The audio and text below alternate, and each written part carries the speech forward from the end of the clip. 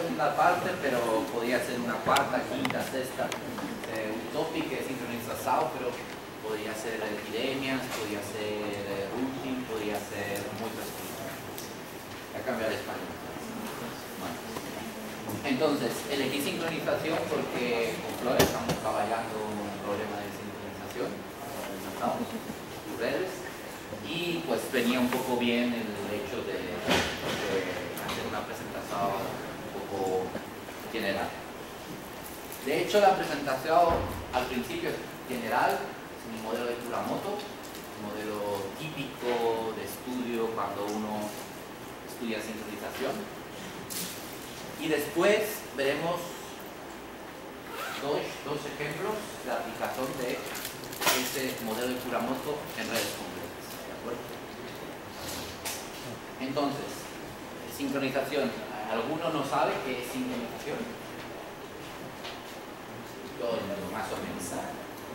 Bien, como está escrito ahí, viene del griego, sync, que es común, el mismo, y cronos, que es tiempo, ¿no? Entonces, consiste en un proceso por el cual, una vez más, tengo muchas partículas, muchos componentes. Cada uno de ellos tiene un ritmo particular, es decir, cada uno tiene un ritmo asociado intrínseco suyo, lo que llamaremos el ritmo frecuencia natural, y lo que ocurre es que tienen una interacción entre ellos. Y esa interacción hace que, si es suficientemente fuerte, el ritmo sea el mismo para todos. ¿De acuerdo? Un ejemplo muy sencillo, no tengo un vídeo, pero en YouTube hay muchos, es el de las... ¿Cómo se dice? ¿Cómo? Vagalumes. Entonces, ahí tenemos vagalumes en un árbol, en un conjunto de árboles. Ellas, aisladas, tendrían un ritmo de flash particular. Lógicamente, no son muy diferentes, pero cada uno tiene un ritmo muy particular. Y lo que ocurre es que por la interacción visual de unas con otras, ¿de acuerdo?, ellos tienden a sincronizar esos flashes de tal manera que cuando, yo lo he visto, no sé, por aquí seguramente lo habréis visto, cuando uno está de noche de repente nota un flash muy grande, ¿de acuerdo? De tal manera que tanto el ritmo como la posición del ritmo, es decir, el instante exacto donde va a suceder el flash, coinciden, ¿de acuerdo? Y eso es por el acoplo que tienen estos animales debido al campo visual. Otro ejemplo son los aplausos. Si a nosotros nos aíslan en una sala y nos hacen aplaudir, pues cada uno tendrá un ritmo diferente.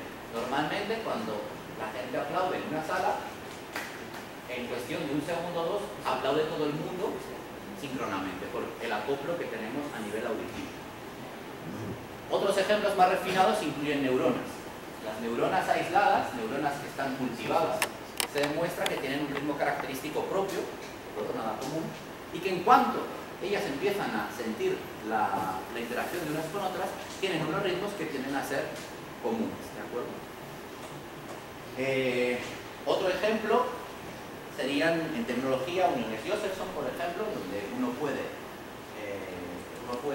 diseñar circuitos, cada uno con una característica dinámica diferente, y que también, al ser acoplados de manera emergente, surge un ritmo común, ¿de acuerdo? Estos son ejemplos, aunque el primero en detectar esto fue Huygens. De hecho, el experimento de Huygens es muy sencillo. Bueno, él estaba enfermo, supone, en la cama, y no tenía otra cosa mejor que hacer que ver dos relojes que tenía colgados en la pared. Y entonces lo que hacía era intentar que no fueran al unísono, ¿de acuerdo? Pero al cabo de un poco tiempo, realmente lo que hacían era esto, ¿vale? Pero bueno, lo voy a hacer así. A un poco tiempo empezaban a oscilar con el mismísimo ritmo. Entonces él movía uno, entonces ya no oscilaban igual, y al cabo de una hora empezaban. Y el acoplo que existía entre ellos, él decía que era como si se vieran. Realmente no se veían. El acoplo era la pared. Ellos estaban pegados a la misma pared, y las pequeñísimas defectos que el empuje de ese reloj hace sobre la pared percutían sobre el otro reloj, haciendo que al cabo de un tiempo muy grande eso sucediera. Otra manera de hacerlo sobre una mesa es muy fácil. Uno coge, por ejemplo, dos botes, así, coloca una tabla, y aquí coloca metrónomos. ¿De acuerdo? Los metrónomos sabéis que tienen un ritmo característico propio, además muy robusto, que sirven para sincronizar, para afinar instrumentos. Los ponemos todos en una posición diferente, ¿de acuerdo? De tal manera que si no existieran estos, estuvieran en una tabla, cada uno seguiría su ritmo característico. Al poner esa tabla sobre estas dos botellas, ¿de acuerdo? El ritmo, empiezan a acoplarse los ritmos debido a que el propio empuje de los metrónomos empuja las botellas y estas botellas transmiten otra vez el impulso a la tabla. Y al cabo de muy pocos segundos, esos metrónomos empiezan a oscilar en fase. Es decir, es un fenómeno muy común a nivel mecánico, a nivel biológico, a nivel tecnológico. Entonces, hay muchos modelos que intentan estudiar este tipo de fenómeno, que es la sincronización. Y el modelo más usual, hay muchos, pero el modelo más común es el modelo de Coulomb. ¿De acuerdo? Hay mucha literatura sobre este modelo, porque es un modelo muy simple que permite hacer cálculos analíticos no muy complicados, aunque se pueden convertir en tan complicados como queramos, pero el modelo económico clásico es muy sencillo. Y captura la transición a la sincronización y también captura lo que sería la teoría crítica de una transición de fase. ¿De acuerdo? Entonces, ahí tenéis el modelo. Si lo leemos con tranquilidad, lo que veis es que cada elemento de nuestro sistema estará descrito por una fase. ¿Vale? Vosotros sabéis que normalmente un oscilador tiene dos variables, amplitud y fase. Bueno, aquí asumimos que las amplitudes ya convergieron a su estado sincronizado y que todas las amplitudes son iguales, por lo tanto no tienen dinámica, de alguna manera. ¿De acuerdo? Entonces, cada uno de nuestros osciladores, o nuestras personas, o nuestros individuos, está descrito por una fase que es una variable angular, que va de 0 a 2pi, ¿de acuerdo? Y cuya velocidad angular es igual a dos términos. El primero, una frecuencia interna que hemos llamado omega i, ¿de acuerdo? Esa omega i es la frecuencia que nosotros tenemos de manera natural, es la frecuencia natural del oscilador i, ¿de acuerdo? Y esa frecuencia i, como veis en la derecha, está asignada por una distribución de probabilidad, es decir, que, voy a amplificar aquí, yo tengo mis osciladores y cada uno tiene una frecuencia diferente.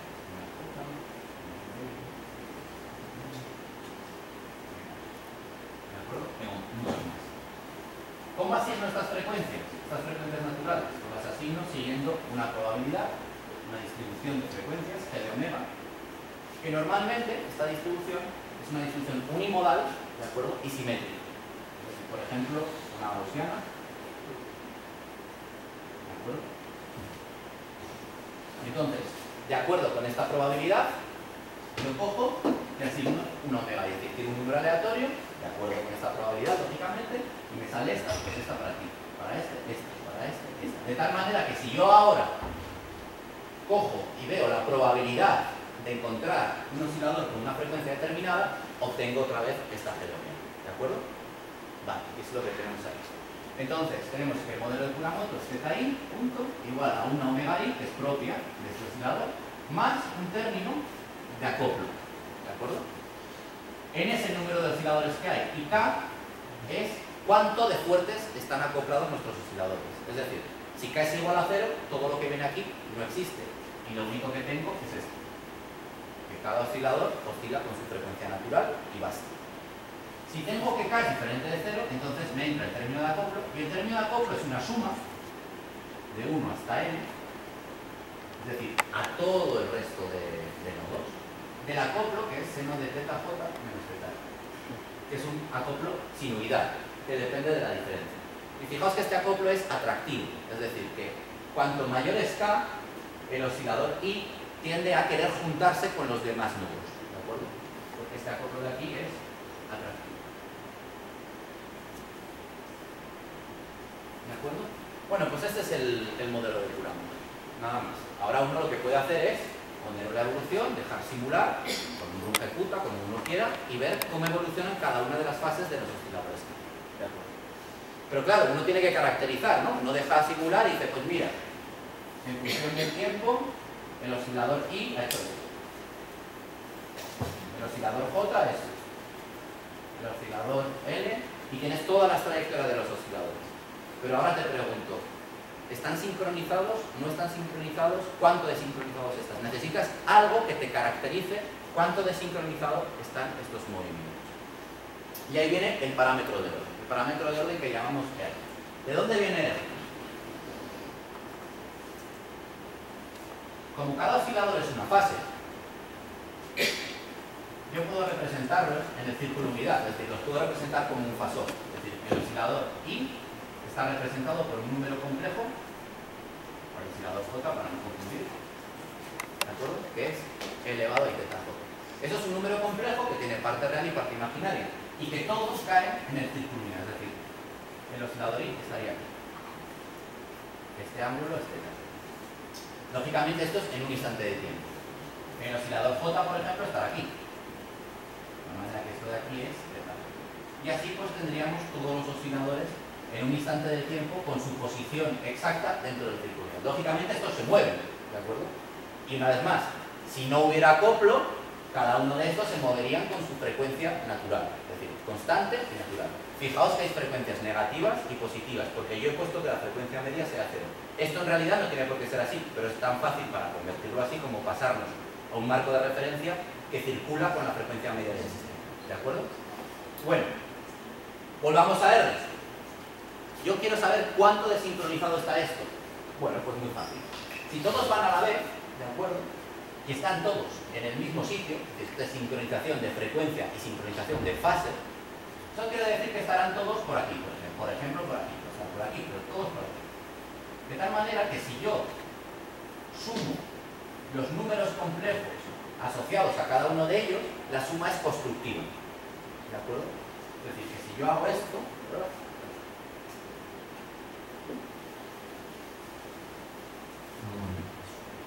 y yo sumo de J1 a N todos los números complejos asociados a cada oscilador, ¿de acuerdo? La suma es constructiva. Y esto me define un nuevo número complejo, que es R elevado a X, ¿de acuerdo? O sea, la suma de todos los números complejos me da otro número complejo. Esta es la suma de todos los números complejos promediada, ¿de acuerdo? De tal manera que yo construyo, lo que pasa es que me iría así y de repente bajo otra vez dividiendo para el número total de osciladores que tengo, ¿de acuerdo? Y esto me da el número. El módulo de este número complejo es R. R es igual al módulo del promedio que yo he hecho de la suma de los números complejos asociados a cada oscilador. Entonces, si todos están aquí, la suma es constructiva, ¿de acuerdo? Y me da un vector unidad. Estará donde esté, pero este módulo es 1. Si en cambio todos están distribuidos por el círculo unidad, es decir, lo llenan, están todos por aquí, la suma de todos los números complejos que tengo, que me da 0, es destructivo. Este con este, ¿de acuerdo? Por lo tanto, R me describe muy bien si estamos sincronizados o no estamos sincronizados, ¿de acuerdo? Y ese es el parámetro que yo decía, es el parámetro de Coulomb. R0, incoherencia dinámica. R igual a 1, sincronización total. Lógicamente, hay cosas en medio. Ni es 0 ni es 1. Y eso es lo que vamos a ver, la transición a la sincronización. Y el resultado más fuerte que obtuvo Kuramoto fue que, efectivamente, había una transición de fase. Es decir, que uno dice, bueno, vale, yo tengo esto, me has explicado que esta es la frecuencia interna, que esto es el acoplo, que puedo medir cuánto desincronizados están las cosas, pero bueno, pues yo lo que espero, según lo que me cuentas tú, es que si yo represento R en función de K, que K es cuánto de fuerte nos estamos atrayendo, la sincronización aumenta con K, porque como esto es atractivo, pues lo que va a hacer es que nos vayamos recogiendo. Entonces uno dice, bueno, pues esto será una cosa así. ¿De acuerdo? ¿Por qué no? Pero no, es una transición de fase. Eso quiere decir que R es 0 y es 0 hasta un punto, que es el punto crítico, donde a partir del cual empieza a subir. ¿De acuerdo? Es decir, existe una transición de fase a la sincronización. Y esto es lo que a los físicos nos interesa. Es decir, resolver a partir del cual, cuando el estado incoherente se convierte en inestable y el estado sincronizado empieza a ser estable. ¿De acuerdo? Y lo que desarrolló Kuramoto fue una teoría a partir del cual el punto crítico tenía esa expresión de ahí. 2 dividido para pi por C0. ¿De acuerdo? Ahora lo vamos a ver. Bueno, este es, digamos, el resumen de todo. ¿Vale? tenemos el Kuramoto Model de los años 70, puesto así. Fijaos que he quitado la K, dividido para n y la he sustituido por lambda, pero eso no pasa nada. N es una constante, K era una variable, pero un parámetro, lambda sigue siendo un parámetro, ¿de acuerdo? Es un escalar. Y tenemos lo que yo representaba ahí, el círculo unidad y los osciladores. ¿Dónde están? El color de cada oscilador corresponde a su frecuencia natural, ¿de acuerdo? La frecuencia natural la tenéis en la parte de la derecha. Hemos puesto una distribución, que es una distribución que tenéis ahí abajo, G de omega, de tal manera que los osciladores tienen una frecuencia entre -4 y 4. Y sigue esa forma, es decir, hay muchos osciladores que tienen una frecuencia cercana a 0 y después están los de las colas, ¿de acuerdo?, que están yendo hacia 4 y a -4. Que ahí tenéis dos colores. Para lambda muy pequeño, veis que todos los osciladores llenan densamente el círculo unidad, es decir, cada uno va como le parece y no ve a nadie más, ¿de acuerdo? Cuando lambda empieza a aumentar y estamos en 1,5, es decir, estamos aquí, vemos que el grado de sincronización ya ha pasado el punto crítico, que os decía antes, que está aquí, ha pasado el punto crítico y tenemos un grado de sincronización intermedio. Entonces, como veis, los osciladores empiezan a acumular aquí. Y fijaos que forman el arco iris, que no es casualidad, no los he ordenado yo para que estén ahí. ¿De acuerdo? ¿Por qué? Porque se tienden a juntar en torno a los osciladores que empiezan a estar juntos antes y los que están más aprisionados ahí dentro son los que tienen una frecuencia más parecida a la frecuencia media. ¿De acuerdo? Porque la frecuencia media en el Kuramoto es la frecuencia hacia la cual van a tender a sincronizar. Entonces, si yo de por sí estoy más cerca de la frecuencia media del sistema, más fácil lo tendré para ir hacia el estado sincronizado. ¿De acuerdo? Eso es así.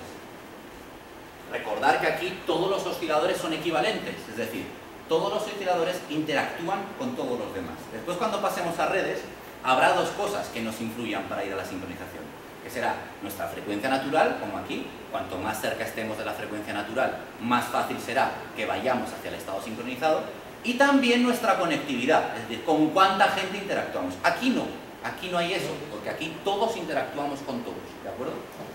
Entonces, como veis, se va formando, esta nube cada vez se va comprimiendo más, y fijaos que los que no están en la nube, los nodos que no están en la nube, son los rojos y los morados, es decir, los rojos y los morados, los que están por aquí y por aquí, ¿de acuerdo? Son los últimos en llegar al consenso, ¿de acuerdo? Esto lo podéis ver como el consenso hace un ritmo común hacia una idea, es decir, el partido sobre el cual votar. Pues la gente que es de ese partido tiene una cierta inclinación, muy rápido se va al consenso. La gente que está muy alejada de ese partido tarda más o necesita más fuerza para unirse, digamos, al grupo macroscópico que nos da la sincronización. Y como veis, la parte importante es que esta sincronización es una transición de fase, ¿de acuerdo? No es algo que empiece a crecer desde el principio. Tiene una parte donde es cero, ¿de acuerdo? Ahí casi cero, porque esto es un sistema finito, ¿de acuerdo? Ahí no hay 1 millón de osciladores. Para que se vea bien todo hemos puesto ahí 100 osciladores nada más. Y a partir de un K crítico que ahí ronda 1, de hecho creo que es 1, aquello empieza a subir, ¿vale? Bueno, este es el modelo de Kuramoto. Mi idea era haceros unas cuentas en la pizarra, pero creo que no tenemos tiempo, porque y además yo creo que estas horas pues ya casi mejor que no haga cuentas. Pero la derivación del punto crítico es muy sencilla y de hecho pues la podéis encontrar en muchos libros. Bueno, Flora de hecho tiene un libro que lo explica muy bien y os lo puede dejar. Está ahí, de hecho el libro está aquí. O sea que está incluido en la presentación. Si alguien quiere después lo discutimos. Pero bueno, es una demostración además muy didáctica. Bueno, vamos a pasar a lo que nos interesa. ¿Y qué pasa ahora si no todos interactuamos con todos? Que es el argumento que yo os decía en la primera parte de la charla. Pasamos de tener modelos como este, que están dedicados a tener una explicación para los fenómenos macroscópicos, como en este caso la sincronización. Ahora nos damos cuenta que sí, que está muy bien todo, pero que las cosas no son así, que no todo el mundo interactúa con todo, sino que hay un patrón que se describe de interacciones como una red compleja. Bueno, pues esto ya lo sabéis de antes. En la primera parte tenemos la matriz de adyaciencia que nos describe quién interactúa con quién y la fuerza de interacción entre cada uno de los elementos. Y lo que he hecho ha sido reformular el modelo de Kuramoto y simplemente he introducido la matriz de adyacencia. Ahí. Recordad que AIJ me dice con quién interactúo y cuánto de fuerte es. Vamos a asumir que tenemos una red binaria, ¿de acuerdo? O sea que AIJ es 1 o es 0, ¿vale? Por ahora. 1 si I y J están unidos y 0 si I y J no están unidos. Pues, nada más. Entonces ahora el sumatorio ya va de E1 a N, pero no tiene en cuenta los N elementos restantes, solamente tiene en cuenta los vecinos que realmente están unidos con J. Por lo demás todo es igual, omega I sigue una distribución G de omega, etcétera, etcétera. Y vamos a medir la sincronización igual, con el parámetro de orden de Coulomb. Y ahora viene lo que yo os decía. ¿Por qué necesito modelos de Torrenti? Pues los necesito porque es un modelo neutro, aleatorio, donde las cosas funcionan de la manera, digamos, más natural. Y si yo quiero comparar con las redes scale-free, que tienen el ingrediente de autoorganización, si queréis llamarlo así, entonces tengo que ver cuánto cambia al tener una distribución de potencias comparado con tener una distribución de Poisson. Y los resultados, pues, básicamente se resumen en esta gráfica. Otra vez hay cálculos analíticos, ¿vale? No los voy a hacer. Estos son un poquito más tediosos, tampoco tanto, pero el que quiera o esté interesado, pues después podemos hablar. Básicamente, lo voy a escribir aquí el resultado.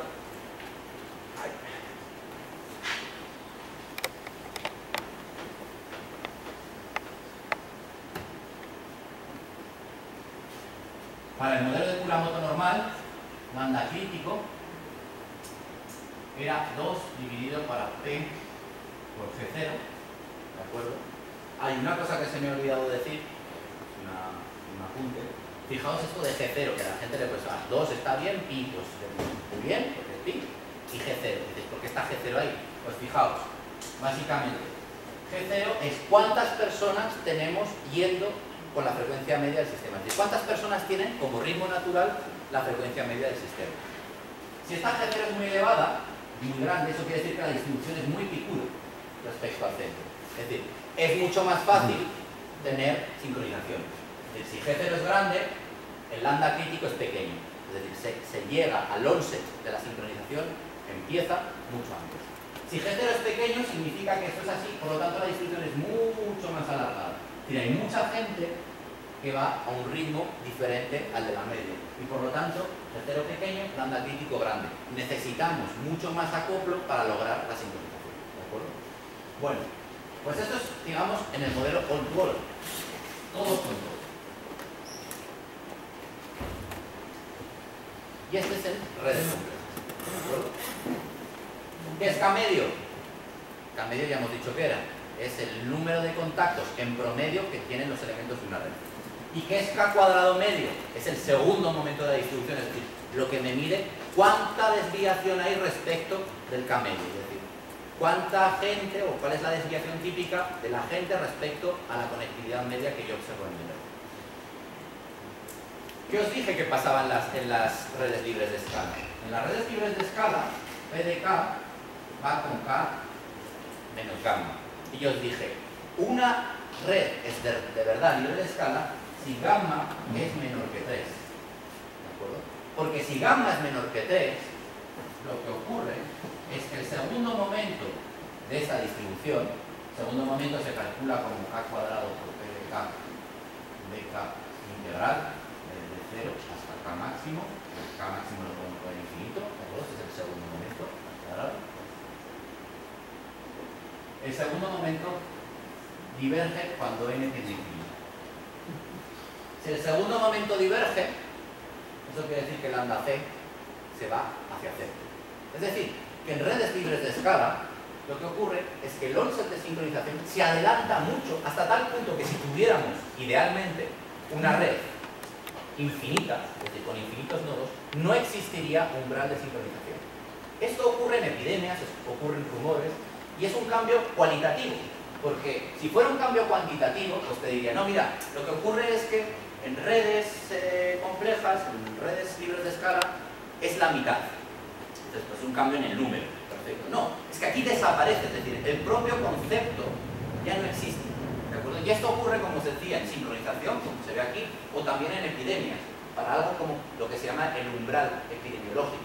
El umbral epidemiológico es digamos, la piedra madre de la filosofía de la epidemiología. Es decir, si yo tengo una enfermedad, a mí me gustaría saber cuál es la efectividad crítica para que aquello pase de ser una pequeña enfermedad a ser una epidemia. Bueno, pues lo que ocurre es que si eso está en una red compleja, libre de escala, tampoco hay un umbral crítico para la epidemia. Bueno, pues aquí no hay umbral crítico para la sincronización. En ese ejemplo que vosotros veis aquí, dices, bueno, aquí sí que lo hay. Aquí tenemos este para el Erdőr-Rengyi y efectivamente la scale free se ha adelantado, es decir, es más fácil.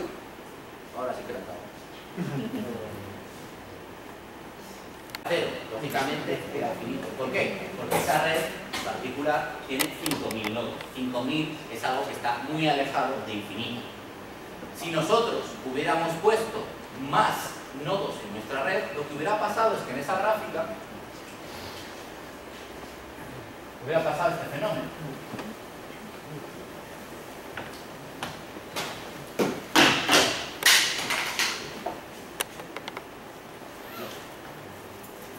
Hubiera pasado esto.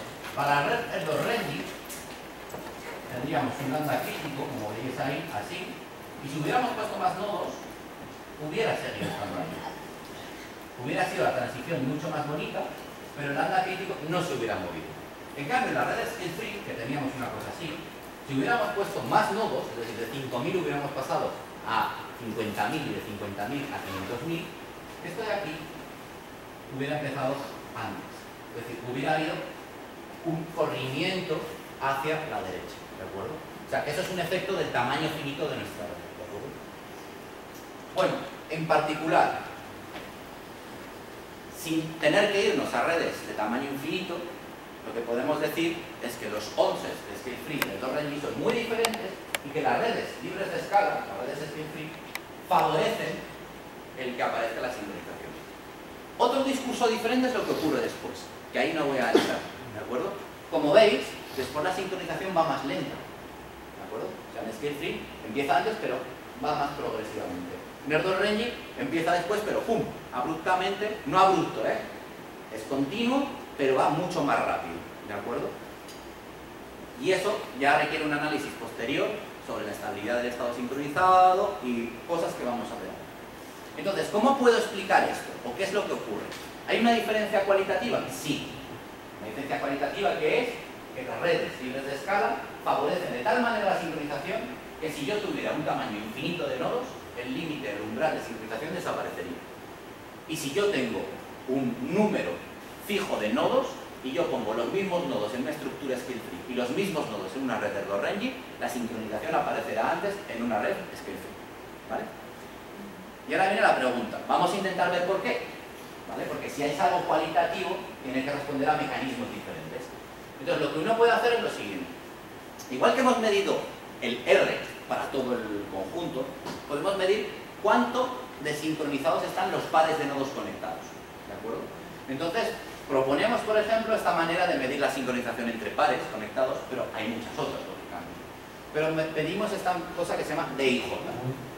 DIJ es la coherencia en la dinámica entre los osciladores I y J, siendo que I y J están conectados, ¿vale?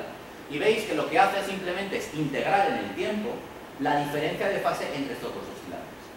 Si estos dos osciladores están totalmente sincronizados, θ I y θ J son iguales, por lo tanto está sumando unos en el tiempo, por lo tanto al final la suma total te dará T mayúscula, ya veis que el intervalo temporal empieza en tau y acaba en tau más T, por lo tanto tendrías T1, por así decirlo, dividido para T me da 1. Entonces, si I y J están totalmente sincronizados, DIJ es igual a 1. Si I y J son totalmente descorrelacionados, es decir, no hay ninguna correlación entre el valor de θ en un tiempo y el valor de J, el de θ en J en otro, entonces esa suma es destructiva. Habrá momentos en que se crucen y sea constructiva, pero habrá momentos en que sea destructiva totalmente, que sea constructiva, pero a lo largo del tiempo eso tiende a ser cero. Si T grande es suficientemente grande, en ese caso DIJ tendrá cero, ¿de acuerdo? Y lógicamente, como antes con R, tendremos casos intermedios, ¿de acuerdo? Entonces, yo imaginaos que tengo esa red de ahí, yo pongo el Kuramoto y ahora mido de IJ, de tal manera que esos links que yo tenía antes, que eran 1 o 0, pasan a tener unos pesos, ¿de acuerdo? Ya veis que el nodo del medio está muy sincronizado con el nodo de abajo y con el nodo de la izquierda, el nodo de la izquierda está muy sincronizado con el nodo de arriba, y yo puedo establecer una jerarquía de quién está sincronizado con quién, ¿de acuerdo? Ahora imaginaos que no tengo esa red de, ¿cuántos nodos tiene? De 7 nodos. Tengo una red muy grande, ¿vale? De 1000 nodos. Entonces, lo que puedo hacer yo, bueno, tengo una red de 1000 nodos, mido los de IJ y me das la red. No veo nada, no se ve nada. Ahora vamos a analizar esa red como si fuera otra red. Es decir, como si ahora tú me presentas esa red a mí, que viene de una dinámica, y yo te tengo que decir cosas sobre esa red. Una de las cosas que te puedo decir es cuántas componentes tiene.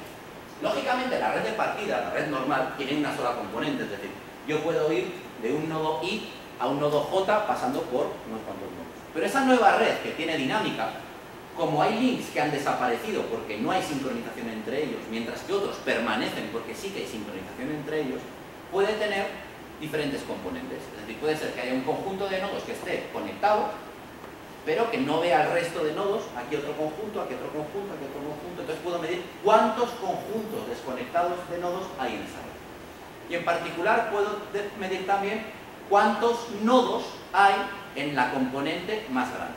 ¿De acuerdo? Si lo dibujo, un dibujo vale más que 1000 palabras.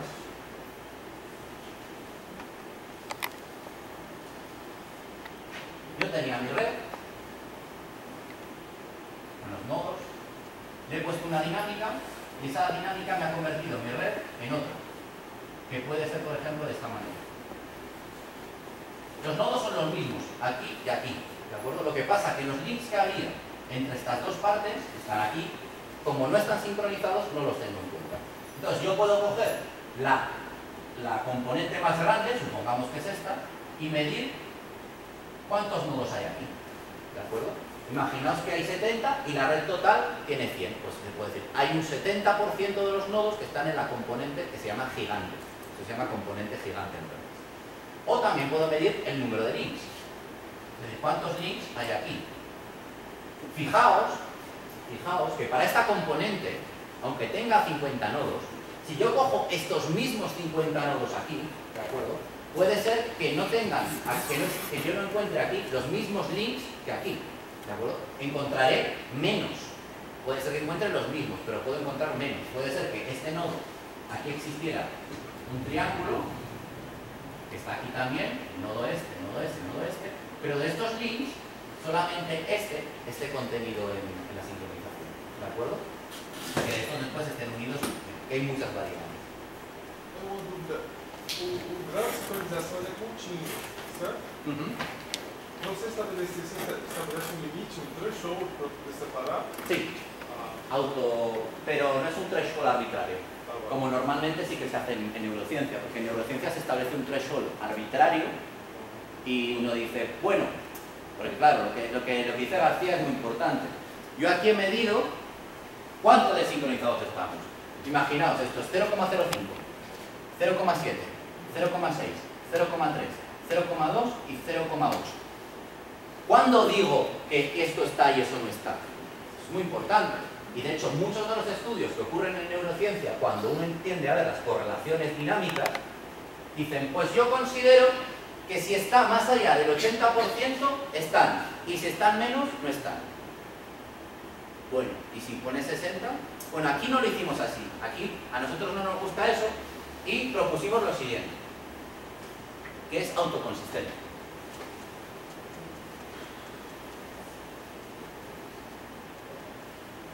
Yo tengo los DIJ. Perfecto. Los DIJ me miden el grado de sincronización entre I y J. Ahora sumo a todos los I y a todos los J. ¿De acuerdo? Y lo divido para el número de links que tengo en la red, porque lógicamente tengo tantos DIJ como links tengo en la red. Ahí tengo 7 nodos y 1, 2, 3, 4, 5, 6, 7 links también, ¿de acuerdo? Entonces tengo tantos nodos como links. Vale, perfecto. Entonces esto me da un número entre 0 y 1. Esto lo que me dice es, en promedio, cuál es la sincronización media de los links. Es decir, si tengo 0,6, quiere decir que en promedio encuentro 0,6 de sincronización para cada link. Pero lo puedo entender como que un 60% de los links están totalmente sincronizados y un 40% de los links no están sincronizados. Es otra manera de entenderlo. Es un caso particular. Entonces yo lo que hago es decir, si R y J es 0,7, entonces yo cojo todos los links, desde el más sincronizado hasta el menos sincronizado. Estoy poniendo links, no nodos. ¿De acuerdo? Aquí tengo su D y J y corto en el 70%.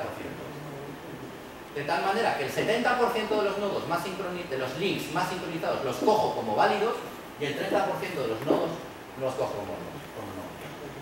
Bien, o sea que al menos es consistente con lo que yo observo. Ahora bien, no está puesto ahí. Esto es totalmente cierto si esta curva fuera así.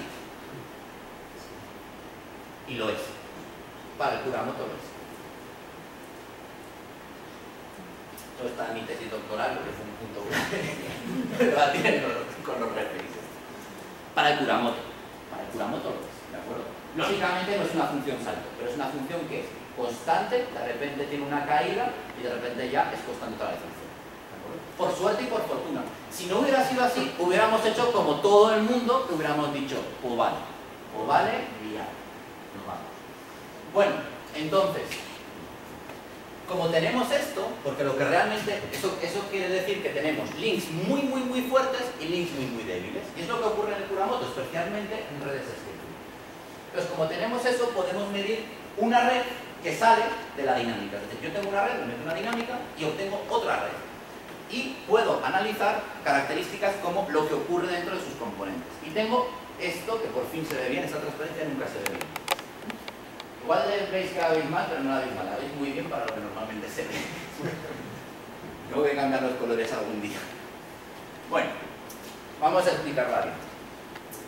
Aquí tenéis el número de osciladores que están en la componente más grande de la nueva red, la red que ha surgido de la dinámica, para un valor de lambda, y el número de osciladores que existen en esa misma componente, que habrá cambiado, para un valor de lambda más delta lambda. Es decir, que yo lo que voy es, esto es como un mapa. De aquí voy aquí, de aquí voy aquí, ¿de acuerdo? Es como un mapa, lo que haríamos con un mapa. ¿Todo el mundo sabe lo que es un mapa? Más o menos. Sí, ¿no? O sea, si yo estoy aquí, imaginaos que estoy aquí, lo que ocurre en el siguiente paso, imaginaos, aquí hay muchos puntos, ¿vale? Pero imaginaos que está aquí. Bueno, pues estoy aquí y este va a ser mi próximo siguiente paso. Entonces voy aquí y empiezo aquí. Y ahora veo lo que pasa aquí. Y ahora voy así, y entonces voy como si fuera aumentando lambda. Esto es para lambda, esto es para delta de lambda. Esto es el número de nodos. Y esto es el número de links. ¿De acuerdo? Y fijaos, esto es para la red de Erdo-Renyi y esto es para la red de Scale-Free. Para la red de Erdo-Renyi hay un salto brutal. Es decir, yo puedo tener para un lambda, para un valor de acoplo, un número de nodos sincronizados entre 0 y 100 aquí, inicialmente, y en cuanto hago un delta de lambda, paso a 500. Es decir, de 100 nodos paso a 500. Perfecto. En la red Scale-Free no pasa eso. Es decir, voy más o menos siempre por encima, ¿de acuerdo? Pero el cambio es muchísimo más gradual. Es decir, va poquito a poco. Pero lo más asombroso es aquí. El valor, por cierto, el color es el valor de lambda, ¿de acuerdo? Donde ocurre. Fijaos que este rojo esto es todo verde, es decir, esto ocurre para lambdas muy pequeños, mientras que este otro salto que ahora voy a explicar ocurre para lambdas muy grandes. Es decir, ahí lo que ocurre es que cuando ya tenemos muchos nodos en nuestra componente gigante, tenemos muchos nodos, sí, pero faltan muchos links. Y otra vez podemos pasar de una configuración donde en la componente gigante haya 1500 links, y aumentando un poquito el acoplo, pasamos a tener 3000. Es decir, va a saltos. Mientras que en Scale-Free otra vez, y aquí sí que es mucho más apreciable, va todo suave. Es decir, pasamos de 1000 a 1100, de 1100 a 1200, de 1200 a 1300, de 1300 a 1400, etc. Es decir, que el paso de la no sincronización a la sincronización en redes scale-free es mucho más suave que el que ocurre en redes error-ready. Y esquemáticamente, bueno, esto es una red que es de verdad, lo que ocurre es que son dos procesos totalmente distintos. En el primer caso, en redes error-ready, tenemos un proceso percolativo, ¿de acuerdo? Lo que ocurre es lo siguiente. Para lambdas muy pequeños no hay sincronización y solamente tenemos sincronización por parejitas. Parejitas chiquititas. De repente, hay un momento en el que empiezan a aparecer varios clústeres de tamaños equivalentes, más o menos. Y hay un momento en que, por lo que sea, este es el punto de sincronización, estos clústeres establecen un link entre aquí y aquí, entre aquí y aquí. Es decir, este y este. Y esos tres links que he incorporado a mi sincronización hacen que colapsen tres clústeres de un tamaño equivalente que convierten todo mucho más grande. Es lo que pasaba antes cuando yo hablaba de el salto. Perdón. Es esto de aquí. ¿De acuerdo? Si seguimos en el error-ready, ¿qué pasa? Que ahora tenemos que casi todos los nodos de mi red están ya sincronizados, perdón, están ya en la componente sincronizada, pero no están todos los links. Es decir, hay links que estaban, por ejemplo, uniendo a este con este, ese link existe, pero yo no lo veo sincronizado. Entonces, hay otro momento, que es el segundo que existía, donde de repente, ¡pam!, todos los links que existen se convierten en sincronizados, que es el segundo. En cambio, en scale-free el proceso es mucho más aburrido. El proceso es aglomerativo, ya no hay una percolación. Vosotros sabéis que en scale-free hay un conjunto privilegiado, los que llamamos hubs, son la gente muy conectada, y esos son la gente que va centralizando la sincronización. Es decir, ellos son los primeros que sincronizan. ¿Por qué? Pues muy sencillo, porque tienen mucha información de lo que ocurre. Entonces, ¿qué hemos dicho? Que en un modelo de Kuramoto normal, aquellos que sincronizan antes son los que están más cerca de la frecuencia media. Vale. Aquí tenemos que no solamente tenemos una frecuencia natural para los nodos, tenemos también unos grados, un número de conectividad diferente para los nodos. Entonces, si yo soy una persona que está muy conectada, entonces, aunque tenga, por ejemplo, estoy conectado con todos vosotros, pues cada uno tiene una frecuencia media, pero yo en promedio, ¿qué estoy viendo? La frecuencia media. ¿Y hacia dónde voy a sincronizar? Hacia la frecuencia media. En cambio, por ejemplo, Flora, porque te conozco, tú estás conectada muy débilmente. Entonces tú tienes tu propia frecuencia y tienes la de tu compañero. Pero eso es muy poco, ¿eh? Si la de tu compañero, por lo que sea, también está alejada de la media, a ti te va a costar mucho sincronizar. Entonces, el hub es el que centraliza. Para valores de acoplo pequeños, ellos ya están sincronizados. Son los primerísimos en llegar a la sincronización. Y van metiendo, es decir, venga, va, más, y más, y más, y más. Es un proceso secuencial y aglomerativo, ¿de acuerdo?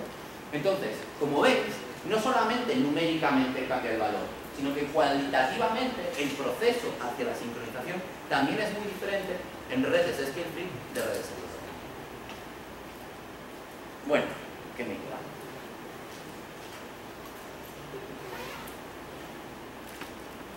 ¿45 minutos? Vale. Bueno, la segunda parte se apoya en esta, por lo tanto, si hay alguna duda de esta, mejor ahora. La segunda parte la voy a hacer más corta y voy a ir directo al grano. Así la tercera, que es la más tiene que ver con el cerebro, la hago más. Se llama sincronización explosiva. Bueno, hemos aprendido que las redes scale-free favorecen la sincronización y que no es simplemente una cosa cuantitativa, sino que es que la propia estructura de cómo está organizada la red favorece la sincronización. Algunos artículos que fueron tuvieron mucho impacto, por así decirlo, en los cuales los autores, que son Agioctas, Sousa y Specter, publicaron una variante del proceso típico de percolación por el cual la transición parecía cambiar de segundo a primer orden, ¿de acuerdo? Realmente no es así, no cambia a primer orden, pero bueno, asumamos que cambia a primer orden, porque no tiene mucho que ver con el percolación. Lo que hacían ellos básicamente era lo siguiente: en un proceso típico de percolación, ¿uno qué hace? Es el modelo de error-ready, el que expliqué en la primera parte. uno tiene nodos, como los que están ahí, olvidados de los colores, son nodos, y uno va añadiendo links. De tal manera que uno puede ver cómo al principio tiene clústeres aislados y de repente, en el momento que añade muchos links, un clúster gigante se empieza a formar. Hasta que cuando has añadido suficientes links entre los nodos, tienes un clúster gigante que es todo del sistema que tú tienes. Entonces lo que hicieron ellos es decir, bueno, vamos a hacer lo mismo, pero vamos a incluir una regla que es la siguiente. Cada vez que añadas un link, vas a pensar en dos posibilidades, es decir, vas a añadir dos links. Pero de estos dos links vas a añadir solamente uno de ellos. Es decir, por ejemplo, ahí voy a añadir un link que une el nodo de C2 con el nodo de C1, o voy a añadir un link que una el de C4 con C3. ¿Cuál de los dos añades? Pues ellos propusieron lo siguiente. Añade el link de tal forma que el producto del tamaño de los dos clústeres que se están uniendo sea mínimo. Es decir, por ejemplo, si yo añadiera el link que une C1 con C2, tendría 2 por 2, 4, 7, ¿no? 14. Me daría un 14. Si yo añadiera el link que va desde el amarillo hasta el violeta, tendría 4 por 4, 16. Pues entonces uniría el de C1 con C2, porque el otro es mayor. Si yo hago eso, la transición, que típicamente para el modelo, ya lo veis aquí, Erdo-Reyn, era continua, se transforma en algo muy abrupto, que ellos llamaron explosivo. ¿De acuerdo? Y parece de primer orden, ya digo, después si uno mira las cosas, no lo ves. Bueno, genial. Hubo mucha cosa ahí sobre si era de primer orden, sobre si no, sobre si tal, sobre si cual. Bueno, a nosotros lo que nos importa. ¿Por qué ocurre esto? Esto ocurre porque has metido un mecanismo que intenta retrasar el punto crítico. Y eso ha ocurrido un montón de veces. Es decir, esto de aquí se ha visto muchas veces. Por ejemplo, modelos en redes también, donde uno tiene un tráfico. Tienes un tráfico en la red de paquetes que van de un nodo a otro. Perfecto. Y tú ahí tienes una transición, lo que se llama la congestión. Es decir, esa red admite un cierto número de paquetes, pero cuando uno se pasa del número de paquetes, aquello, digamos, se va al carajo. De alguna manera, los paquetes empiezan a ir lentos, no llegan a su destino, etcétera, etcétera. Los modelos de enrutado típico, es decir, de cómo muevo yo mi paquete para que vaya de I a J, pueden ser de alguna manera alterados para intentar que ese punto de congestión se vaya lo más lejos posible, es decir, que la congestión ocurra mucho más tarde en el tiempo o en la carga, es decir, que esa red admita más carga, por así decirlo, que en lugar de 5 paquetes por segundo admita 20 paquetes por segundo. Y existen, y lo que pasa en la mayoría de las veces es que efectivamente el punto crítico se desplaza, pero como un subproducto, esa transición de segundo orden, esa transición suave, se transforma en primero. Es decir, por una parte hemos arreglado el problema, porque hemos demorado la transición, pero por otra parte lo hemos agravado. ¿Por qué? Porque al tener una transición de primer orden, uno pasa de un sistema que aparentemente está perfecto a un sistema que está irrecuperable. Mientras que con una transición de segundo orden, pues las cosas son mejores, porque uno cuando empieza a fallar lo nota y puede volver a hacer. ¿De acuerdo? Ese es un ejemplo, hay más. Pero estos autores lo que hicieron fue básicamente eso, demorar. Ellos cogieron la regla de añadir links de tal manera que intentaron atrasar todo lo máximo posible la formación de una componente. Bueno, entonces la pregunta que surgió en torno a las sincronizaciones. La sincronización en Scale Free, en Erdo-Reyn y en Whatsoever es de segundo orden, en el Kuramoto. ¿De acuerdo? Entonces la pregunta es posible que nosotros la transformemos en una de primer orden? Pero de verdad. No como la explosiva de perturbación, de verdad. Y la respuesta es sí. Todo lo que hemos aprendido antes nos va a servir. Entonces, vamos a ver. Si las redes Scale Free eran mejores para sincronizar, ¿por qué? Porque los hubs tenían muchas señales y hacían de campo medio, es decir, al tener muchas señales enseguida iban a la frecuencia media, pues esa facilidad estructural que tienen, vamos a intentar fastidiársela por otro lado. Vamos a intentar hacer que sean personas muy poco afines a la media. Y esa es la receta. Que su frecuencia interna sea igual al grado. Ellos tienen muchos, efectivamente. Bueno, pues ahora les ponemos una frecuencia interna que es igual al número de vecinos, de forma que su frecuencia interna está muy alejada de la frecuencia media del sistema. Porque la P de K, como veis ahí abajo, ahora es igual a la G de omega. Es decir, acordaos lo que os he dicho antes con esta G de omega.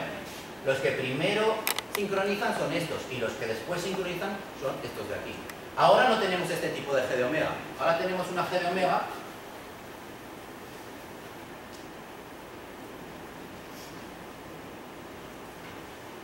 que es exactamente igual que la P de K. Y esta es la frecuencia media. O si queréis, frecuencia media. Y los hubs van a estar aquí. Entonces, ¿ellos ven a mucha gente? Sí. Pero ellos mismos tienen una frecuencia media muy diferente a la cual deberían sincronizar. Entonces, hacemos eso y ¡pam! Tenemos una transición de primer orden como un piano.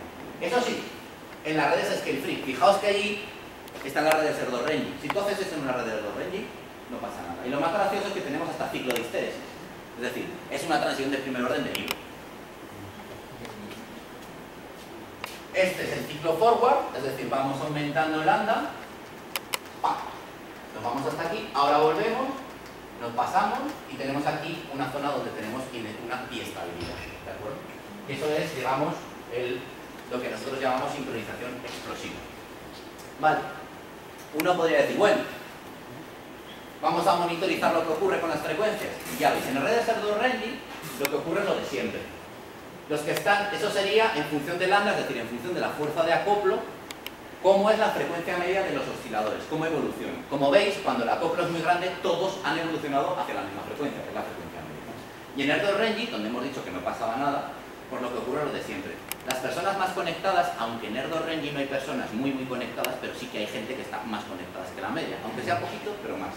Pues son los primeros que caen a la frecuencia media y los últimos en llegar son aquellos nodos que están con una conectividad muy bajita. Y cuando hemos hecho eso en scale free, lo que ocurre es que ya veis, las frecuencias permanecen casi inalteradas y de repente en el punto crítico, ¡pum!, todas van a la frecuencia. Bueno, esto no lo digo, estas son precisiones. Y ahora, esto que hemos aprendido de sincronización en redes nos ha valido para generar una cosa nueva. Es decir, la sincronización en redes siempre era de segundo orden, hemos averiguado la diferencia entre tener una scale free y una Erdo-Renyi, y lo que hemos aprendido nos ha servido para hacer una nueva transición de fase que es de primer orden. Ahora lo que hacemos es decir, bueno, y esto es común también en redes complejas, o sea, que es un buen. Lo que ocurre en redes scale free muchas veces es compatible con lo que ocurre en una red tan simple como es, que es una red de estrella. ¿Por qué? Porque es una buena aproximación a cómo es una red de scale free. Y lo bueno de tener una red tipo estrella es que uno puede hacer cálculos analíticos, porque es todo muy sencillo, una simetría, ¿por qué es parecido a scale free? Pues porque tienes un nodo muy conectado y muchos nodos poco conectados, que básicamente en esencia es lo que ocurre en una red libre de escala. Bueno, si uno hace, digamos, la receta que hemos puesto en esta red, al final hace las cuentas, que no voy a explicar, y lo que obtiene efectivamente es una transición de primer orden. Si hubiera puesto un Kuramoto normal, es decir, frecuencias descorrelacionadas con el grado en la estrella, hubiera tenido una transición de segundo orden, lo normal. Pero al poner esa receta, es decir, que las frecuencias de las hojas tengan frecuencia 1, porque están solamente conectados con una persona, y el nodo central tenga frecuencia K, porque hay K hojas en esa estrella, eso hace que tengas otra vez una transición de primer orden, donde además puedes calcular de manera analítica el punto crítico y cuándo estés. Bien, o sea, ya está en una estrella, pues ahora implementémoslo en un laboratorio. Problema, el Kuramoto no es implementable en un laboratorio. Kuramoto no existe. Kuramoto no es un circuito que se puede implementar. Kuramoto es un modelo matemático que nos sirve para explicar fenómenos de sincronización. Bueno, pero lo que hemos aprendido podríamos implementarlo en circuitos que sí que existen, como Rosler, como Chua, circuitos que de verdad se pueden implementar en un laboratorio. Y eso es lo que intentamos. ¿Hemos descubierto algo nuevo apoyado en lo que pasa en redes? Sí. ¿Hemos visto que eso nuevo es robusto y que en una estrella también sucede? Sí. ¿Que está en un Kuramoto? Pues probemos un Rosler. Además el Rosler es sincronización de caos, con lo cual es todavía un poquito más, tiene más miedo. Entonces voy muy rápido. Estas son las ecuaciones de los Rosler, ¿vale? Entonces, las ecuaciones de los Rosler es un sistema dinámico, ya no es tan sencillo como el Kuramoto, ahora tenemos tres variables, x y z. La z es un acoplo que es no lineal, las x y las y tienen un acoplo que es lineal, que la norma está en z. Y la no linealidad de z es una linealidad que viene porque está definida, la función g, como tenéis ahí, está definida por partes. ¿De acuerdo? Hay una parte que es 0 y una parte que va con x. Bueno, este es, digamos, el circuito. Cada uno de los circuitos está dado por esta ecuación. Lo situamos en el régimen caótico y hacemos esto. Los Rosler no es tan claro como el Kuramoto, donde había una omega ahí perfecta, pero también tienen una frecuencia característica, ¿de acuerdo? Que son los alfa que aparecen en las ecuaciones de antes, ¿de acuerdo? Entonces, si yo correlaciono los alfa, que son la frecuencia de cada uno de los Rosler, con el grado, tal y como está ahí, es decir, en el mismo espíritu que hicimos con el Kuramoto, lo podemos implementar, eso es fácil de hacer en un laboratorio, los podemos implementar en una topología estrella. No los vamos a poder implementar en una red compleja, lógicamente. Tenemos que implementar una red que se pueda poner en un plan, un circuito, etc. Y el resultado es que sí. Si no lo hacemos, tenemos la transición continua. Si hacemos la receta que nosotros propusimos para el Kuramoto en un Rosler, volvemos a tener una transición de primer orden con histéresis y además de caos. Con lo cual, esto es un ejemplo de cómo podemos ir en redes de algo que es académico, es decir, cómo puedo estudiar las diferencias que hay entre una red libre de escala y Leonardo-Reine, a algo muy, muy aplicado, donde ya podemos tener circuitos que tienen, digamos, unas regiones de biestabilidad, y eso está asociado a poder tener sensores, a poder tener cosas que saltan, etc. O sea, que nos pueden indicar si estamos en un régimen o estamos en otro. Esa era la segunda parte que os quería mostrar, ¿de acuerdo? Si hay alguna pregunta, ¿vale? Porque ahora pasamos a un tema totalmente diferente.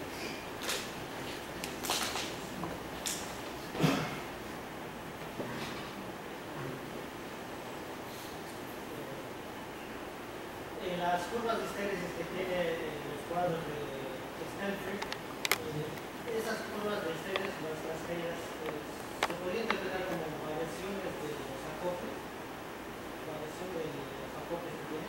Esa curva de histéresis se obtiene al variar el acoplo. Igual que tú tienes una histéresis, por ejemplo, una transición de fase cuando tienes temperatura, lo que estás moviendo es el acoplo entre los nodos.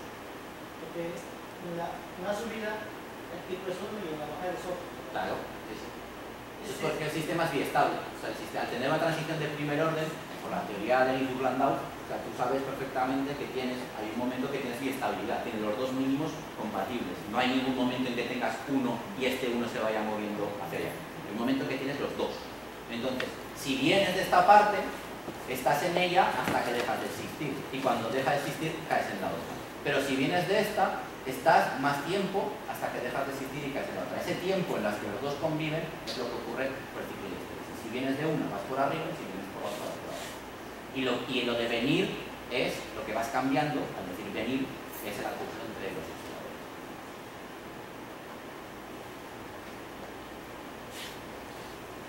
Bueno, pues media hora yo creo que nos da tiempo a acabar. Que no me extraña. Bueno, entonces, sincronización en redes adaptativas. A ver, esto tiene más sabor biológico, ¿de acuerdo? Esto fue pero es un modelo, o sea que tampoco lo toméis muy en serio. Entonces, se trataba de intentar usar el Kuramoto otra vez, es otro ejemplo, para acercarnos a lo que ocurre en el cerebro. Entonces, cuando nosotros lo hicimos, acaba de salir un artículo, que ahora mencionaré, donde daba unas características muy buenas o muy novedosas sobre los patrones de la corteza cerebral, los patrones estructurales. Entonces, vosotros sabéis que las redes cerebrales pueden ser, digamos, catalogadas en dos tipos, estructurales y funcionales, ¿de acuerdo? Entonces, las estructurales son redes que te dicen exactamente quién interactúa con quién, o cuánta densidad axónica va de una parte de nuestra corteza a otra parte.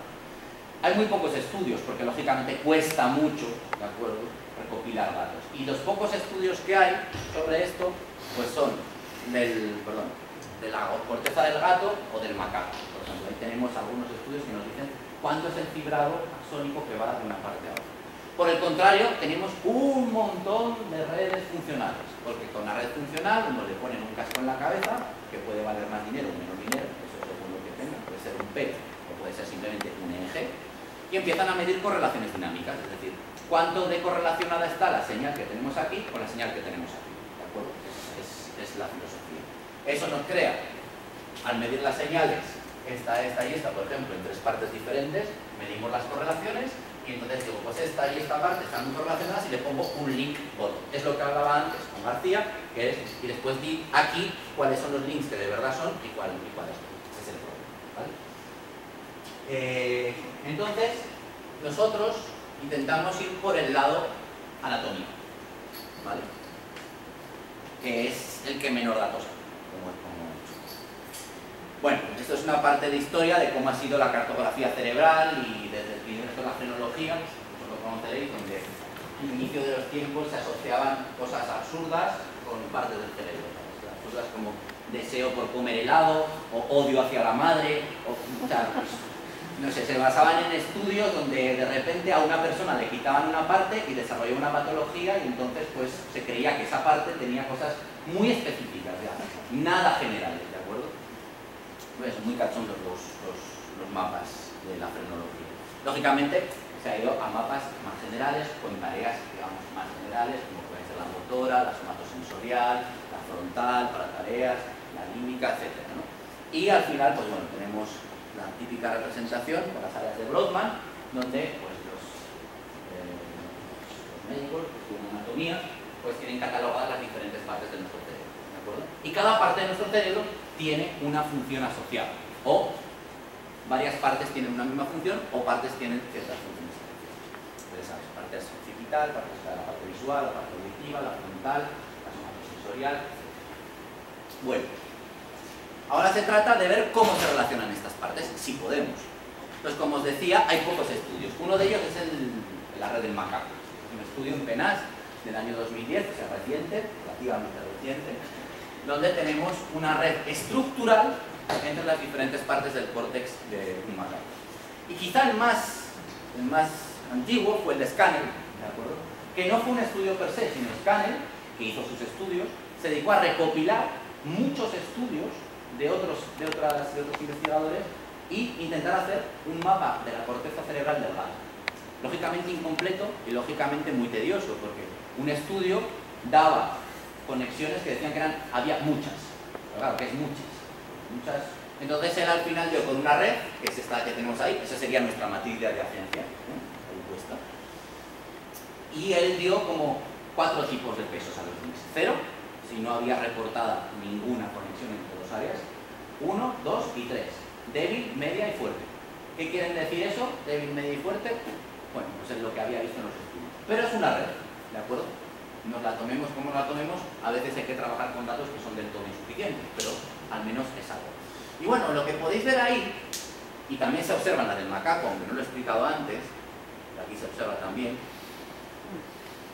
es que hay módulos. Es una cosa que yo no he dicho nada en la primera parte de la charla, las redes por módulos. Es una cosa que se encuentra usualmente en redes sociales y en redes biológicas. Y los módulos se definen como subconjuntos de la red, donde las conexiones entre los elementos que pertenecen a ese subconjunto son mucho más frecuentes que las conexiones entre elementos que pertenecen a diferentes conjuntos. Entonces, ahí veis cómo típicamente se ha hecho la separación en 4 grupos, ¿vale? Que corresponden a 4 grandes zonas del cerebro de un mamífero, que es la visual, la auditiva, la somatomotora, somatosensorial motora, y la frontolímbica, ¿de acuerdo? Puesto así, os convence. Ahora, tú le pasas un algoritmo de detección de comunidades a esto y no cuadra tanto. Pero bueno, eso es otro discurso. Pero realmente tiene comunidades. Que no cuadre también quiere decir que saca otras comunidades, que tienen que ver con estas, que son las que los médicos nos dicen que existen, pero que no son exactamente las que uno espera. Pero que hay comunidades, hay. Y eso es lo que quería dejar. Y claro, las comunidades, y esto no lo he explicado con el Kuramoto, se pueden detectar vía la sincronización. Y de hecho es muy sencillo el paradigma. Fijaos en esa red que tengo ahí, la gris. Es una red muy simple, ¿vale? Una red con 3 comunidades, donde tengo 3 conjuntos de nodos, de tal forma que los nodos de una misma comunidad interactúan más frecuentemente entre ellos que con el resto del sistema. Si yo ahora meto un Kuramoto ahí, ¿cómo esperáis que sea la sincronización? Bueno, si lambda es 0 no hay sincronización. Partimos de hasta ahí, eso lo tenemos claro. Ahora empieza a haber sincronización. Por lo que hemos aprendido antes, ¿cuáles de los links sincronizarán antes? ¿Los que estén dentro de una comunidad o los que estén entre comunidades? Los que estén dentro de una comunidad, porque hay más, interactúan entre ellos de manera muy fuerte y llegan a sincronizar a una frecuencia que quizá no sea la frecuencia media de todo, pero será la frecuencia media de su comunidad, ¿de acuerdo? Entonces, si yo pongo un Kuramoto y yo no tengo ni idea de lo que hay ahí, puedo ver huella de comunidad si veo saltos, si veo que de repente hay un conjunto de acoplos para los cuales la sincronización se estabiliza y de repente otra vez pasa a otro valor mayor. ¿Por qué? Porque ha pasado de la comunidad al sistema, ¿de acuerdo? De hecho, eso se puede probar con estas redes, con comunidades, o con estas otras redes que tienen como dos niveles de comunidad. Fijaos que están estas 4 y después dentro de las 4 hay otras 4, ¿de acuerdo? Es una red con comunidades jerárquicas, 4 por 4. Es decir, las conexiones entre los elementos de este sistema son más frecuentes que con el resto. Pero es que dentro de este sistema, o este conjunto, las conexiones en cada subconjunto son más frecuentes que con el resto. ¿De acuerdo? Entonces, uno tendría que ver una sincronización a 3 pasos. Primero, sincronización dentro de cada uno de estos módulos. Después, sincronización dentro de cada uno de estos módulos. Y al final, sincronización total. Y si uno pasa un Kuramoto, aquí no se ve muy bien, pero es lo que ocurre. Al principio tenemos aquí sincronización dentro de cada módulo. Aquí ya tenemos sincronización dentro de los links que hay en cada módulo, y al final aquí ya se ven unas cuantas luces que son las links que se han sincronizado entre los módulos. Es decir, que si yo no supiera que ahí hay comunidades, al ver esto, vería que hay comunidades. ¿De acuerdo? O sea, que la sincronización sirve también como para ver cómo es la estructura que tengo en mi red. Esto en cuanto a comunidades. Y ahora voy al estudio que os hablaba antes. Este, que apareció en PLOS ONE y en PLOS Valladolid. La verdad es que fue bastante controvertido este estudio, pero tiene unos datos espectaculares. Fue de Huffman, bastante reputado en el campo, y bueno, tenía por el espectro de difusión de MRI, consiguió tener todas las fibras que iban de una parte, o sea, que estaban circulando por el cerebro, de tal manera que después dividió en boxes el cerebro y pudo establecer una verdadera mapa del conectoma de nuestro cerebro, el cerebro del humano. No voy a entrar en si es válido o no, porque no soy neurofisiólogo, entonces, pero la verdad es que después de un año de controversia, al final está bastante aceptado. De hecho, hay muchos trabajos ya que aceptan este tipo de mapa. Como cualquier avance grande, porque fue la primera vez que de repente pasábamos de un sistema donde teníamos 20-30 nodos a sistemas donde teníamos 1000 nodos, ¿de acuerdo? Pues hubo mucha gente que dijo, pues supongo que porque no les gustaba no haber sido ellos los que lo sacaron, ¿no? Pero ya después de unos años, pues ya está aceptado este estudio como digamos pionero en tener una cartografía cerebral. Y voy a poner las características que a mi juicio son más importantes. ¿Las redes son scale free? No. Os he dicho antes, las redes de Small World no sirven para nada, excepto en redes cerebrales. Y tenéis un ejemplo. Las redes no son scale free. Fijaos, esto es la PDCAM, que ellos la llamaron PDD, ¿vale? Por degree. Entonces, ahí hay una línea, pero ojo, que me preguntaba antes, lo del log. Esto de aquí es log, pero esto de aquí no es log, es log link. Y cuando hay una línea en un log link, es una exponencial. O sea, que el decaimiento de la PDK es exponencial, no exponencial. Vale. El decaimiento del nodo es, a ver, esto es el grado, pero estas redes tienen más que el grado, tienen más de quién está con quién, sino quién está con quién y cuánto de fuerte estamos, ¿de acuerdo? Porque lo miden con la densidad axónica, la densidad axónica real. Entonces, el strength de un nodo, la fuerza de un nodo, no es con cuántas personas estoy conectado, sino cuál es la suma de los pesos de los links que me llegan, ¿vale? Porque yo puedo tener 20 conexiones, pero 20 conexiones muy débiles, de 0,1 sin unidades, por decirlo así. O sea, 2. O puedo tener 4 conexiones de 400, es decir, 1600, ¿vale? Entonces, el strength de un nodo es la suma de los pesos de los links que me llegan. Bueno, ¿esto es scale free? No, padre, tampoco. Es exponencial, ¿vale? La distribución de la longitud de los links. Porque claro, es una red geográfica, una red espacial, ¿de acuerdo? No es una red metafísica, por así decirlo, como la red de amistad, de que yo tengo amistad contigo, no. Es una red de verdad. Pues el decaimiento también es exponencial. Es decir, todo va exponencial por ahora, excepto esta, que me dice la probabilidad de que si yo cojo un link, no un nodo, al azar, tenga un peso X. Esta sí que es una distribución power law. Con cierto truncamiento, lógico. ¿Por qué? Porque es un sistema espacial. Entonces, sí, no es un sistema que pueda crecer al infinito. ¿De acuerdo? Si tuviéramos el cerebro más grande, pues seguramente llegaría un poco más allá. Y si fuera infinito, pues lógicamente este es el típico constraint geográfico de las redes espaciales. ¿De acuerdo? Bueno, pues esta es la única que es power law. La única, porque esta es exponencial, esta es exponencial, esta es exponencial. Y bueno, esta es una gráfica que no es una distribución, es peso por length, ¿vale? ¿Bien?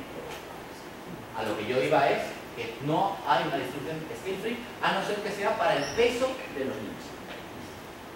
Entonces, por una parte, comunidades a nivel meso, y por otra parte, ese tipo de patrones micro. Que tenemos el cerebro, tenemos los patrones meso y tenemos los patrones micro. Y nos los creemos porque es lo que tenemos. Bueno, pues ahora vamos a proponer un modelo.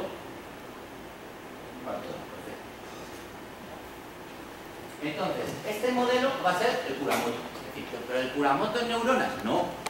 Yo no he dicho que estos sean neuronas. Yo he dicho que son partes de la corteza cerebral. Y el Kuramoto, lógicamente, no responde a la dinámica que tiene un neurona. Una neurona típicamente es un sistema excitable. Un sistema que, por ejemplo, es un integrate and fail. ¿De acuerdo? Que tiene un umbral, se va cargando y de repente dispara y se relaja. Pero si uno toma un conjunto de neuronas, por ejemplo, 1000, y mide la fase media, ¿de acuerdo? Es decir, mide la integral de todo el movimiento, sí que es periódico. De hecho, hay unos trabajos de Rudkoff que demuestran que es hasta mapable exactamente en un Kuramoto. ¿De acuerdo? Pero un conjunto de neuronas, no una neurona, un conjunto grande de neuronas. Y claro, un pedazo de nuestra corteza cerebral sí que es un conjunto bastante grande de neuronas, como para tener unas cuantas decenas de miles. Entonces, ponemos un Kuramoto. Fijaos que es el Kuramoto exactamente el mismo. ¿Qué ha cambiado ahí? Antes había un A y J. Ahora hay un W y J. Vale, le has cambiado el nombre. No, voy a recostar. Es que depende del tiempo. ¿Vale? O sea, A y J, las conexiones van a depender del tiempo. Pero por lo demás es igual, ¿eh? Teta, omega, lambda y acoplo sinusoidal. Exactamente igual. Ahora es lo gordo. Pero no os asustéis, o sea, eso no es nada. He dicho que omega y J depende del tiempo. Tengo que decir cómo depende del tiempo. Es decir, tengo que poner otra ecuación para los W y J. ¿De acuerdo? Que está aquí. Es decir, si esto depende del tiempo, dime cómo depende. Pues depende así. Olvidaos de esta ecuación y mirad lo que pone ahí. Yo quiero dos cosas. Quiero Hessian learning, que es algo que está demostrado. Es decir, que cuanto más sincronizado estoy, más tiendo a sincronizarme. Y quiero homeostasis. La homeostasis es algo, un ingrediente que había pasado muy desapercibido durante esa vida. Y es que, hombre, a ver, una neurona puede reforzar, un conjunto de neuronas pueden reforzar la conexión con otras, pero no hasta límites insospechados. Pensemos en personas, que es más fácil. Yo tengo un tiempo, y yo, por ejemplo, estoy interactuando con Flora, y cada vez hacemos más trabajos, y cada vez interactuamos más. Mi tiempo es finito. Si yo interactúo más con Flora, habré dejado de interactuar con García, por ejemplo, porque lógicamente mi tiempo es el que es. Entonces, si omega y J crece con la sincronización con otros, tiene también que decrecer para que el peso total de las conexiones que tiene la neurona I, perdón, estoy hablando de neuronas y no quiero hablar de neuronas. Vamos a llamar neuronas, pero que no son neuronas, ¿vale? La neurona I, para que el peso total de la neurona I permanezca constante, ¿de acuerdo? Entonces, Hessian learning, sí, pero también una plasticidad homeostática. Los inputs compiten entre ellos para ser los que más peso tienen, ¿de acuerdo? Es decir, si yo tengo 4 neuronas con las que hablo y esta me empieza a hablar mucho y me sincronizo con ella mucho, tengo que debilitar lo que tengo aquí para que la suma de todos los inputs, la suma de mi tiempo, sea constante. Y eso, hay una ecuación muy muy sencilla que lo permite, que viene de teoría de juegos, que se llama la ecuación replicador, o Lotka-Volterra si queremos, que es esta de aquí. ¿De acuerdo? Esta ecuación es una ecuación que tiene esos dos ingredientes. El que tiene más fitness gana. De alguna manera los fitness están asociados a los links, es decir, es como si yo, soy una neurona, tengo links y los links son mis especies y ellos compiten entre ellos. No, hazme más caso a mí, no, hazme más caso a mí. Y la suma del caso que yo puedo hacer es finita, con lo cual si hago más caso a estos, tengo que decrecer en estos. Entonces, esto sería la fitness del link. Si la fitness de ese link es mayor que la fitness media, esto es positivo, omega y j crecen.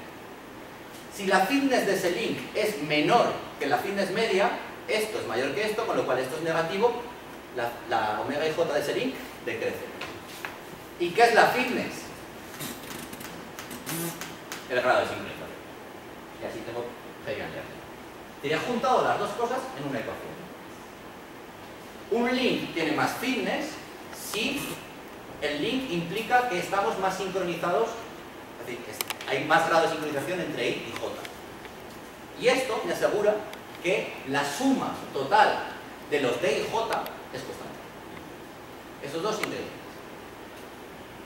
Bueno, pues entonces, Kuramoto con una matriz de acoplos que dependen del tiempo y los acoplos dependen del tiempo con esos dos ingredientes. Aquí no hay acoplos nuevos. ¿De acuerdo? Podría haberlo puesto, pero no. Digamos que la red es la que es. Scale Free, Erdős Rényi o whatsoever. Me da igual. Lo que evoluciona son los pesos, ¿vale? No hay links nuevos. No de repente no aparece un link entre una parte. Los links son los que son y ya está. Y lo que os decía, la suma de los inputs se conserva. Es igual a 1, podría ser igual a 20. Eso es por comodidad. Entonces, vamos a poner unas condiciones iniciales a nuestro sistema que sean lo menos restrictivas posibles para saber a dónde nos conduce. Porque, lógicamente, esto va a tener una evolución. Va a tener una evolución en su dinámica, es decir, estará después sincronizado o no sincronizado, y también va a tener una evolución en su estructura. Entonces, le vamos a poner una red muy general.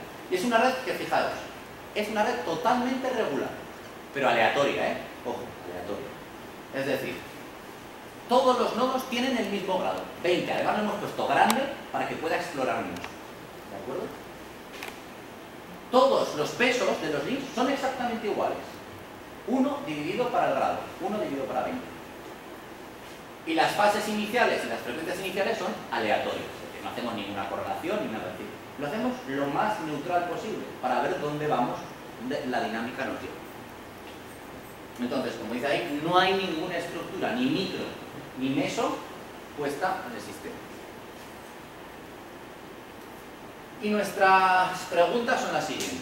Según los ingredientes que hemos puesto en nuestro sistema, esto ni lo consideramos, porque no estamos considerando nada de cuánto miden los nodos, ¿vale? Esto tampoco, porque lógicamente está otra vez ahí, ¿vale? Esto lo hemos impuesto, porque hemos dicho que el grado de los nodos decae exponencialmente, es decir, que casi es constante. Eso lo hemos impuesto, porque al no dejar que haya nuevos links y poner una red en donde todos los nodos tienen el mismo grado, esto de aquí ya de inicio lo hemos satisfecho. Y la duda es, ¿satisfaremos esto y esto? Claro, porque aquí esto sí que es un grado de libertad. Es decir, nuestro sistema evolucionará y no sabemos hacia dónde. Nuestro sistema evolucionará y no sabemos hacia dónde. Es decir, la distribución de strengths, de out-strength, lógicamente, del nodo, y la distribución de los pesos de los links será algo que nos dé el sistema cuando evolucione. Y por otra parte, también veremos si hay comunidades o no hay comunidades. ¿De acuerdo? Que esa es la parte micro, pero hay una parte meso que también nos interesa, que es si hay módulos o no hay módulos. Entonces, este sistema tiene solamente dos parámetros. Uno ya lo conocemos, lambda, que es la fuerza de acoplo.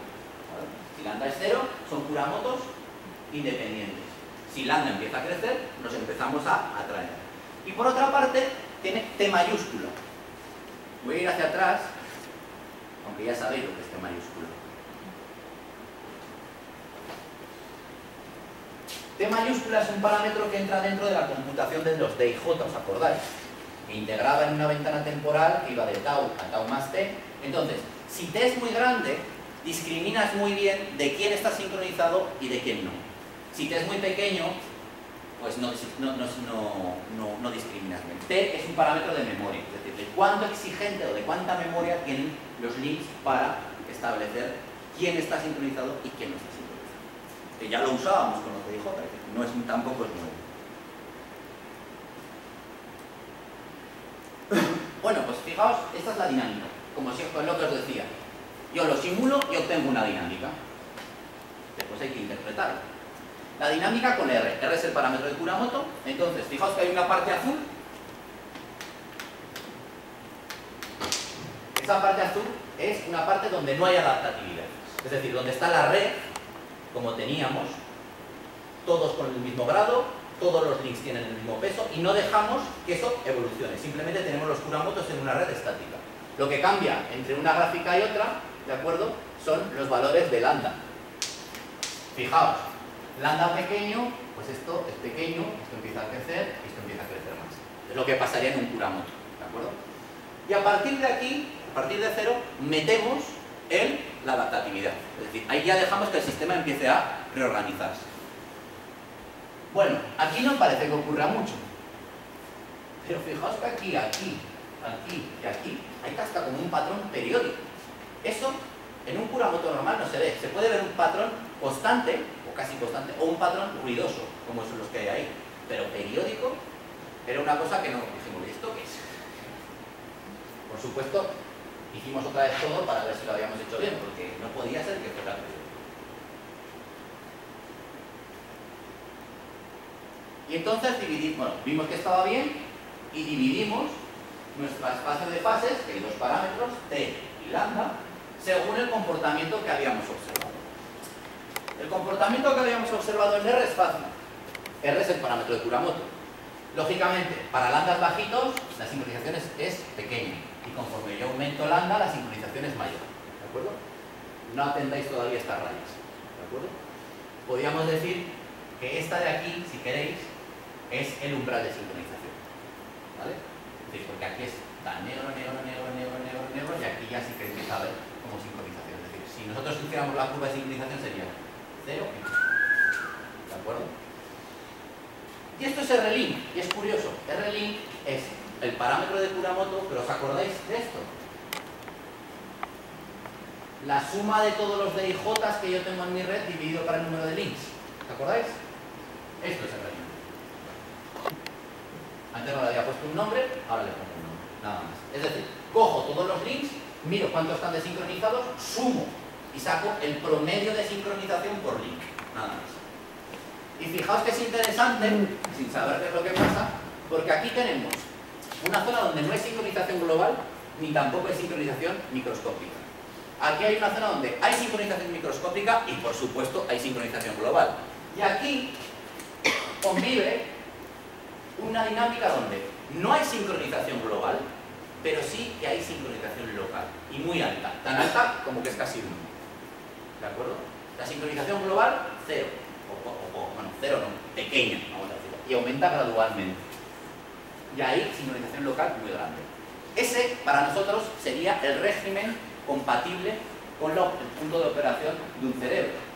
Sincronización local muy alta, sincronización global baja. ¿Por qué? Porque sincronización global básicamente significa epilepsia. Sincronización local significa que sí que hay una transferencia de información entre neuronas o entre partes. Entonces le llamamos 1, 2 y 3, y justo en esa parte 2 es donde nosotros hemos observado las oscilaciones en R. Es decir, eso que observamos al principio decía, qué raro. Pues se dan justo en esa parte 2. Bueno, ahí lo he puesto, ahí también lo podía haber escrito, ¿de acuerdo? Entonces, en el régimen 2, que es el que a nosotros nos interesa, además vemos que es donde están R oscilantes. ¿Y qué significa este R? Ahí os pongo un patrón del R oscilante. Es decir, esto es un parámetro, una realización de un valor de T y lambda que está en esa parte 2. Fijaos que he elegido uno que tiene hasta armónicos, ¿no? O sea, es periódico y con diferentes armónicos. Bueno, nosotros tenemos la red. Y la red, cuando la vemos, cuando hacemos la extracción de la red y vemos qué links están sincronizados y qué links no están, pues no tenemos ninguna información. Pero al ver que había varios armónicos, fue decir, anda, ¿por qué están conviviendo varias frecuencias en mi sistema? Pues porque hay varias comunidades. De repente, esa red que yo tenía, donde todo el mundo estaba conectado con el mismo número de elementos, donde no había ninguna estructura, ha ido debilitando links y reforzando otros y ha creado grupos. O sea, ella misma ha creado grupos. Y esos son los que corresponden a los 3 armónicos que hay metidos ahí. Porque una de las comunidades va a una frecuencia, otra de las comunidades va a otra frecuencia y otra de las comunidades va a una tercera frecuencia. Si yo junto esas 3 frecuencias, me da ese patrón con los 3 armónicos que tengo para él. Pero la sincronización dentro de cada una de las comunidades es 1. De hecho, lo puedo ver. Esto es el RDT para el módulo 1, el módulo 2 y el módulo 3. Fijaos que esto es 1 y esto es 0,9. O sea, que dentro de los módulos estamos sincronizados. Lógicamente, a nivel global no estamos sincronizados, pero dentro de cada módulo sí. O sea, estas comunidades se me han generado solas y se me han generado justo donde tenemos alta sincronización local, correspondiente a módulos altamente sincronizados, y baja sincronización global. O sea, que parece que están bien. Vale. Ahora nos vamos a una zona que es en la parte 2, pero justo cuando empieza la sincro. ¿De acuerdo? O sea, justo cuando empezamos a tener esa alta sincronización local y baja sincronización global. Ahí hemos observado esos módulos, que ahora es como ya, o sea, esa red que yo tenía era la red sin evolución. Ahora, esa misma red, fijaos, yo os las dibujo y fijaos, los links que se han reforzado han quedado y los links que se han debilitado se han ido. Y tenemos esos módulos que claramente pues, están conectados débilmente entre ellos y muy conectados para las conexiones al interno de los módulos. ¿Os acordáis de los pesos de los links? ¿Cómo tenían que ser? Libres de escala. Pues justo en esa región los pesos de los links son libres de escala. Y la out strength, que tenía que decaer exponencialmente, pues exactamente igual. El out strength decae exponencialmente, justo como en los experimentos que había. ¿De acuerdo? O sea que recuperamos las 3 características, las macro y las micro. Las 2 micro y la meso, perdón. La meso de los módulos y las 2 micro. Las 2 grados de libertad que habíamos dejado. Ley libre de escala para la probabilidad de encontrar un link con un peso y la ley exponencial para la probabilidad de encontrar un nodo con una fuerza determinada. Y básicamente esto es porque hemos puesto los 2 mecanismos que hasta ahora se habían combinado de manera totalmente aleatoria, o sea, totalmente independiente, que es el aprendizaje hebbiano y también la homeostasis, ¿de acuerdo? Al ponerlos los 2 en el mismo modelo, hemos logrado el obedecer un poco la estructura que sí que se observa en redes telepáticas. Y bueno, pues esto es todo, porque estos son los, digamos, los 3 take home messages que había puesto, que es un poco la primera parte, que era el rol de la topología, o sea, que la red scale free, que hemos hablado en la primera parte hoy, que tiene unas características estructurales muy definidas, que no son para nada aleatorias, juega un papel muy relevante en la dinámica, anticipando en este caso la sincronización, pero como he dicho antes, hay otras dinámicas donde exactamente juega el mismo papel. Eso nos ha servido para decir, bueno, esto que hemos aprendido vamos a intentar implementarlo a nuestro favor y hemos logrado tener las transiciones explosivas. ¿Cómo?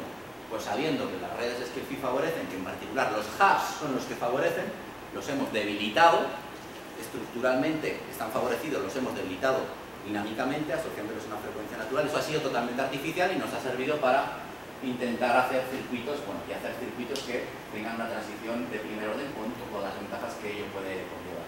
Y por último, una parte donde hemos hecho un estudio adaptativo. Es decir, hemos cogido el Kuramoto, que es un modelo del cual hemos aprendido, y hemos dicho, bueno, el Kuramoto puede dar a entender perfectamente conjuntos de neuronas. ¿Qué sabemos de los conjuntos de neuronas? Que se agrupan de esa manera. Y metiendo los 2 ingredientes de adaptatividad, Hebbian y homeostasis, pues básicamente hemos reproducido, en cierto grado, lógicamente, los patrones estructurales que se observan en los estudios experimentales. Y hasta aquí, son 1:30, o sea que ya no puedo más.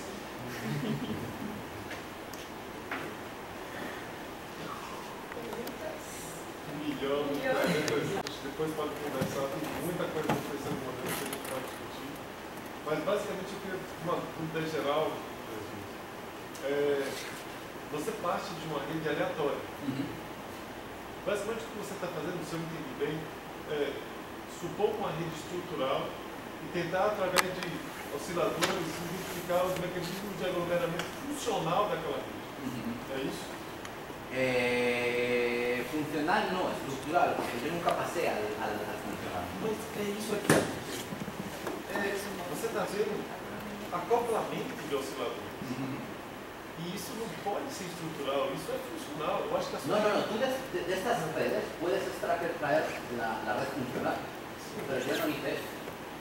Yo siempre, porque yo controlo la estructura. ¿Por qué estudiamos redes funcionales? ¿Son más interesantes que las estructurales? No, porque son más fáciles. Pero yo aquí tengo la posibilidad de manipular mi red estructural porque tengo la red. Otra cosa que podía haber hecho es coger esa red, meter una dinámica y de ahí inferir la red funcional para comparar con experimentos. Eu continuo acreditando que esse modelo é mais funcional. Eu sei que quando você fez ele, mas eu acho. Por que eu estou dizendo isso? Porque, sim, então me explique por que as frequências. O que representariam as frequências estruturalmente se falando? Como não entendi? As frequências que emergiram. O que significam elas desde o ponto de vista da estrutura cerebral? A ver, creo que no lo estamos entendiendo. Eso. O sea, estructuralmente es la interacción. Sí. Ya está. Punto. No hay frecuencias. No hay frecuencias. Yo a partir de una estructura tengo una respuesta dinámica. Perfecto. Que es esa que yo he visto. ¿De acuerdo? Entonces, quizá lo expliqué mal, o sea, quizá igual el enfoque era el siguiente. Olvídate de las frecuencias. Olvídate. La mejor parte. Olvídate de eso. Yo tengo una red homogénea, todos con el mismo grado, totalmente aleatorio. Dejo que los links estructurales empiecen a evolucionar, es decir, si yo tengo dos brazos, empiezo a permitir que uno de ellos gane al otro y que este crezca y ese se debilite. Ahora, después de eso, la red llega a un estado donde ya los links no cambian, todo se ha satisfecho. Perfecto. Y ahora yo miro la red y veo que hay comunidades. Punto. Ahora, dinámicamente, en esas comunidades hay una frecuencia característica, pero es que eso también se ve en el cerebro. Exacto, pero le ven funcionalmente. Pero porque no podéis verlo estructuralmente. Claro, eso está estructuralmente en el cerebro, pero tú no sabes dónde. Tú sabes que aquí hay algo, pero no sim, entendo. Ou seja, o que você está propondo é de que existem, em neurociência a gente chama isso de assembleias, conjuntos de neurônios, que de alguma forma interagem, gerando uma frequência específica. Sim. Mas isso é funcional. Pero eso es un problema de nomenclatura. Pode ser. Funcional, ¿qué quiere decir para vosotros? Tá. Funcional é comunicação. Ou seja, funcional que não é conectado biologicamente. Ok, pero eso no lo sabes. Sim, claro. No lo sabes. O sea, si están o no están, no lo sabes, es funcional. Mas aí é a vantagem do seu modelo. Claro, yo puedo controlar qué está conectado o no. Por ejemplo, ahí también podía haber medido la red funcional. No lo he hecho, pero podía haberlo hecho. De hecho, lo hicimos, pero no lo he presentado. ¿Qué es? Yo tengo una red. Es que el frío o lo que tú quieres. Y yo ahora, del patrón, me olvido de quién está conectado con quién y miro quién está sincronizado con quién. Y miro cuántos links coinciden. Cuántos links que están funcionalmente conectados coinciden con los que están estructuralmente conectados. Y no son iguales. No son iguales. Pero que en un experimento funcionalmente tuve sincronización, no quiere decir ni que no se corresponda con estructural, ni que sí. Es que no hay una correspondencia. No hay. Depois falamos, mas eu acho, talvez você não esteja vendo, ou eu não esteja entendendo direito, que o seu modelo talvez seja a porta entre a conexão entre essas duas coisas, entre o estrutural e o funcional. Talvez. Eu acho que no. Porque tá bom, ótimo. Eu acho, no, pero a ver, es matemático, quiero decir, vamos a ver. Es matemático.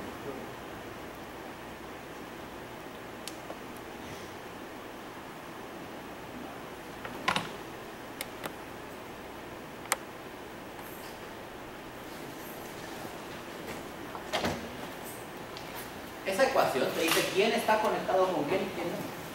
Mas o peso, mas depois a gente discutir isso, eu acho que a gente vai ter tempo quando isso voltar.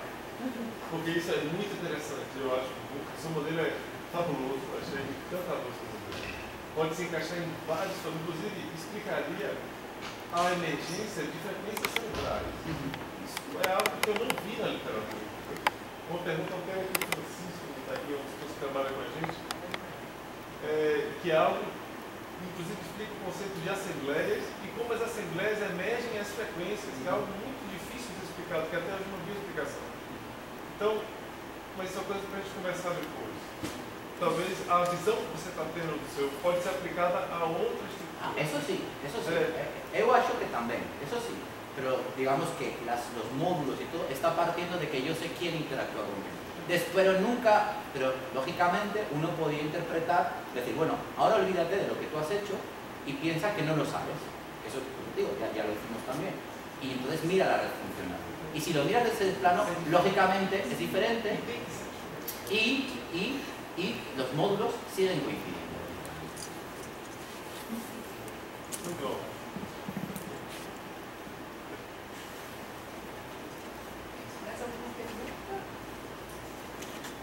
En el modelo de Kuramoto, el parámetro de acoplamiento es atractivo, es positivo.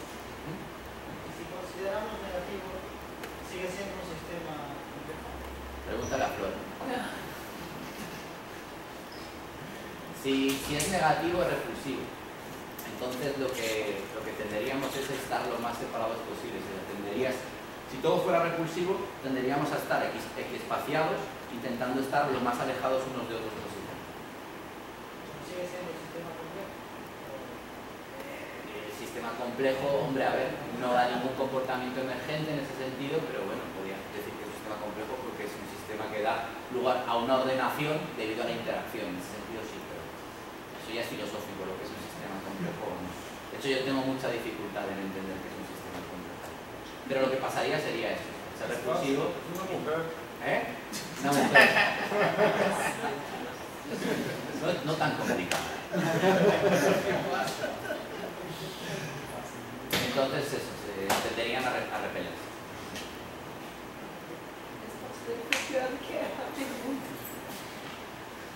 Não é tão complicado, não é mais complicado, não é complexo, é complexo. Isso é elogio. Isso é complexo, sim. Mais alguma pergunta?